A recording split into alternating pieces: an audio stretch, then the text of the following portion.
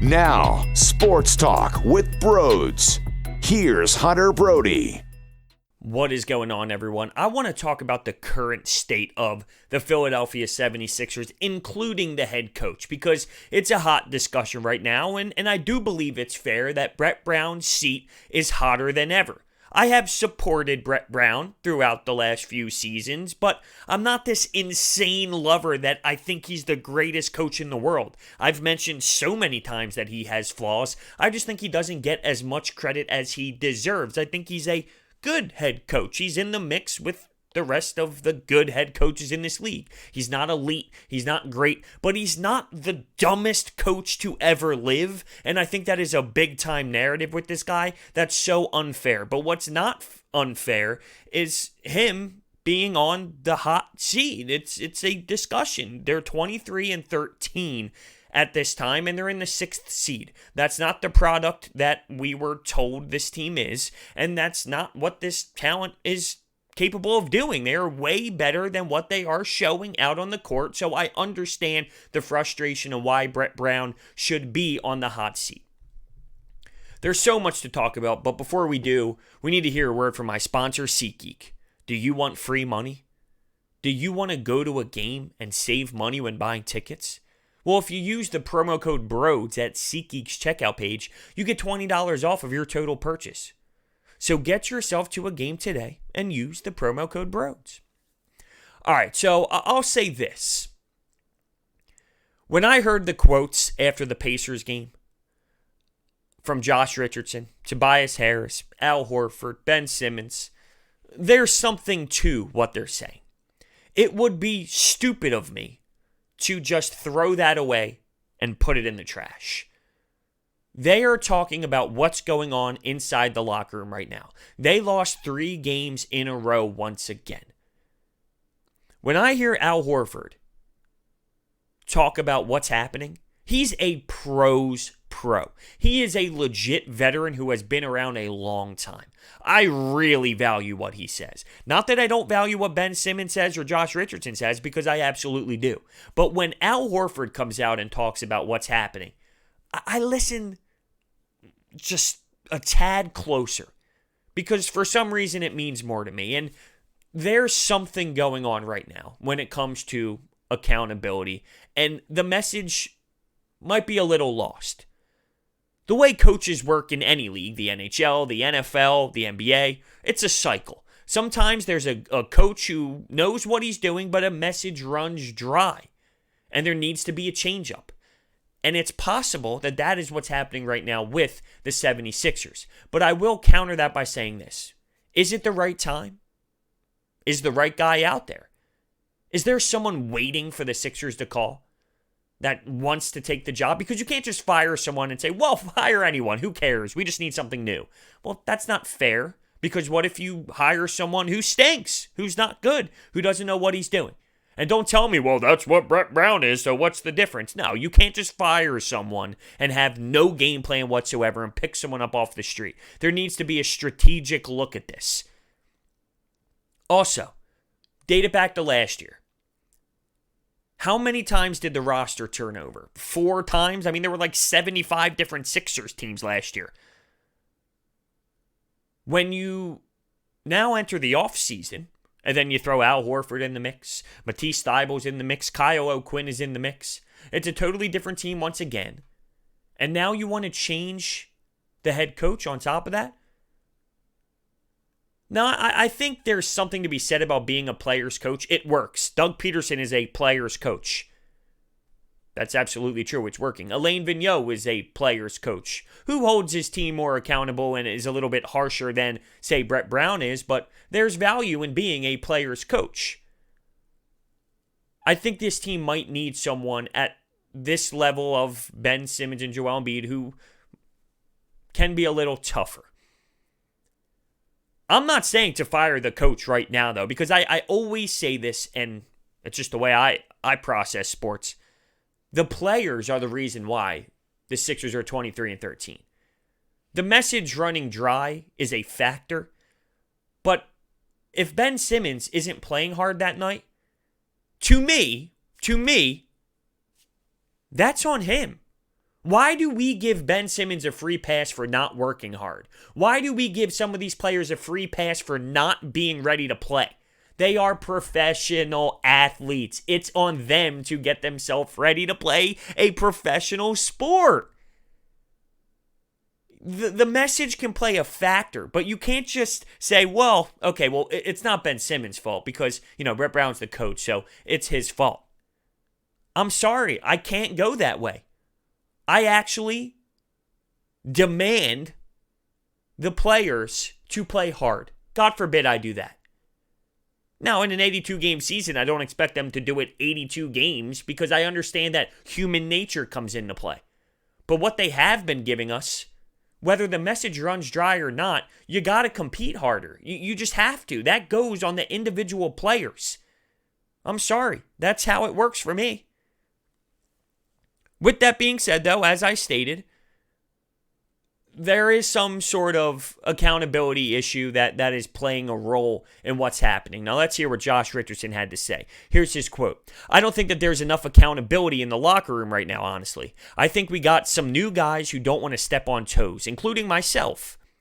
I feel like we just kind of go play and don't compete as much. So I think there's something to be said about the accountability thing, which was the first quote, and that can go towards the coach. But then he also talks about no one really stepping on anyone's toes as the new guys. So the players deserve some criticism as well. Josh Richardson's a new guy. Tobias Harris, I guess, is a new guy, even though he was here last year. Al Horford. They need to step up. If no one else is, they need to step up. No one wants to step on whose toes? Ben Simmons and Joel Embiid's toes? Okay, well, you're going to have to, unless you want this to continue to happen. There's a disconnect going on right now. Now, I'll also counter all of this by saying I'm still not crying thinking the world is over or the season's over if they continue down the path of Brett Brown and this team right now, which I think they will just because, as I stated, more turnover right now. Who knows if that is really good for this team at the end of the day. Good for them right now, at least, for this backstretch of the season. Because it's another hump that they need to get over. I'm not ready to say the world is going to end and there's no way in hell they can get it done. If they put together a good stretch of basketball, everyone's mindset changes. I think that there is this reaction, right or wrong, when something goes bad and something looks poor. The answer is to trade everyone, get rid of everyone, fire everyone. I just don't have that mindset. I believe if things are going wrong and things look tough and ugly, fix it. Find a way to fix it. Go back to the drawing board, watch a ton of film, try something new, do something different, bring different sort of passion and energy, but you fix it. The answer isn't always instantly when things go wrong is to just quit on this and push everyone aside and start over fresh with new people and new faces. That's just not how sports works. That's not how business works. But at this point, it's possible that something might need to change or something, or at least the discussion can be had or the seat can be really hot. I think that's fair. I'm not knocking that mindset. Al Horford talked about how offensively he really can't get going. He can't find himself here in Philadelphia. And one of his quotes was, "But offensively, I'm very limited with the things I can do, so I can't control that stuff."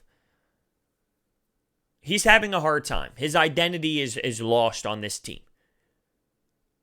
And when I hear him say things like that, I know he's frustrated. I know he's stressed out because he has had a ton of success in this league. And he was sold a product. Money talks, don't get me wrong. When you get offered that type of money, you're not just looking the other way. There's a reason why he accepted this. It has to do with money. But he was also sold a product. This is what we are. This is what we can be. This is what we think can happen. And they're in the 6th seed right now. To be fair, they're only a couple games out of the 2nd seed, though. That's how close 2 to 6 is. It's not as if they're 8 games out of 2nd or 3rd seed.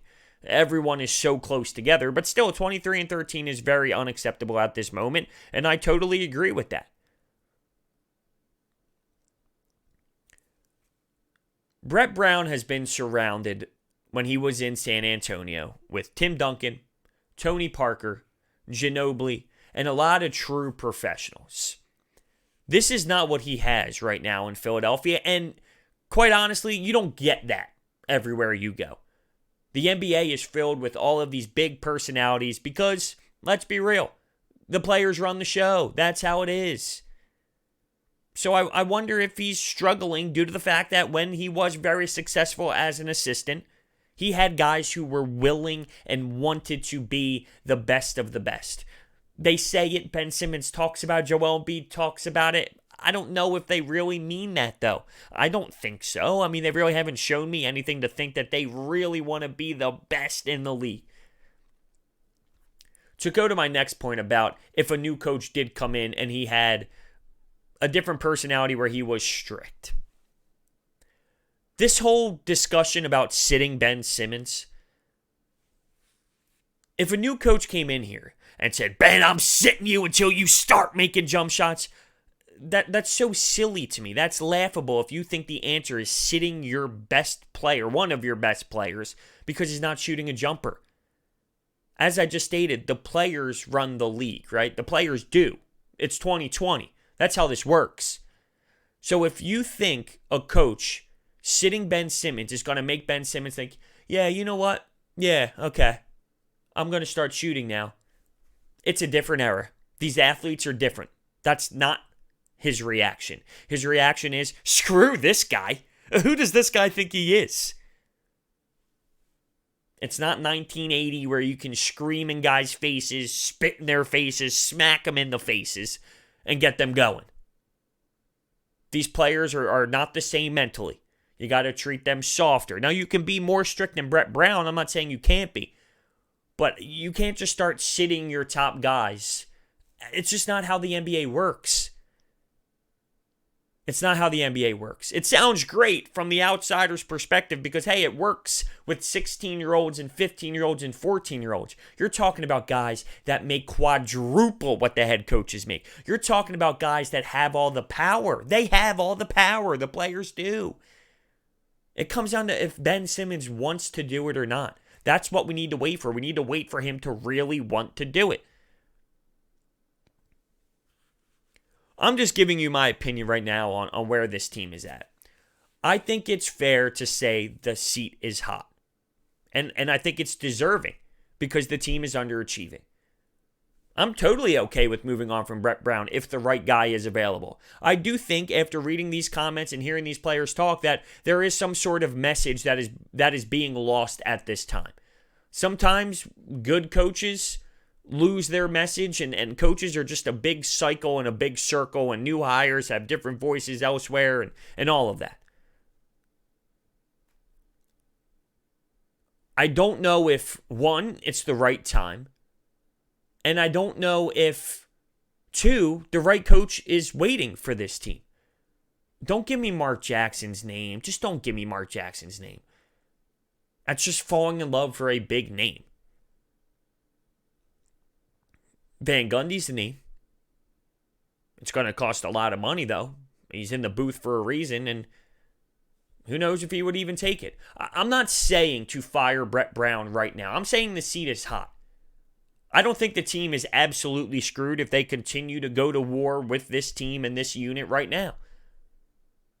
There are ways to figure it out. You know what helps these types of situations? Winning.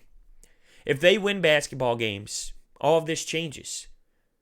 We watched the Eagles locker room go from hell and a ton of turmoil to one of the best locker rooms they have right now. Things can change quickly. I mentioned how the first reaction is to move on from everyone, trade everyone. People were wanting to fire Doug Peterson this season, and people wanted Carson Wentz traded halfway through the year. Look at it now. Winning changes everything, and I forget if it was Ben Simmons or Tobias Harris or Josh Richardson. One of these three players stated after the game, when they play well, they look like they can compete for a championship. When they play hard, when they play at the top, I mean, they look like they can compete for a championship. But when they're off, they are off. They don't look engaged. It's terrible. It's trash. It's unacceptable. Now, those aren't the words that individual used, but that was essentially what they're saying, and I'm agreeing with them completely. And that is true. But what I'm saying is, if they find ways to win games, all of this goes away. It's a tough spot for this Sixers team right now, and they're going through a lot. They're going through a lot. I don't know. I don't know the approach here. A lot of people are ripping apart Elton Brand for the roster construction. Are there flaws in the roster construction? Yeah, I mean, there's no legit elite shooter on this team. Now everyone wants J.J. Redick back because we're missing a shooter. But when we had J.J. Redick, they were screaming to get him off the floor because he is getting toasted defensively and he's a huge liability in the playoffs. Which one is it? Which one is it? So nothing's perfect. Nothing is ever perfect. There are going to be some positives with the team, but you're going to counter that with some flaws with the team. Nothing is insanely perfect. So there's enough talent on this team to be able to build something. But right now, there is an issue internally, and it needs to be figured out. It needs to be addressed. I like Brett Brown. I think he's a good person. I'm talking about personally. I think he's a good guy. I think he's got the right mindset. I don't think anything negatively about this guy when it comes to a person. He cares about the sport. He's passionate about the sport. A lot of people give Nick Nurse a ton of credit because he's a good coach. He's a really good coach after winning the title. Well, let's not forget then, why did it take him 7 games in a quadruple bounce at the end of regulation in this crazy game?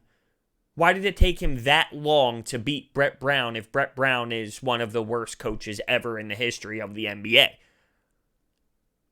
I know I've said this a bunch of times, but I just defend him because I think he doesn't get enough credit for what he does. He only gets absolutely crushed for his negatives, which is fair. You are allowed to criticize Brett Brown. I think it is totally justified to get on him for a ton of things, and I do that. I just give him credit for what he does do. No one seems, I won't say no one, that's way too many people, but a ton of people don't give him enough credit for what he does do and only crucifies the man.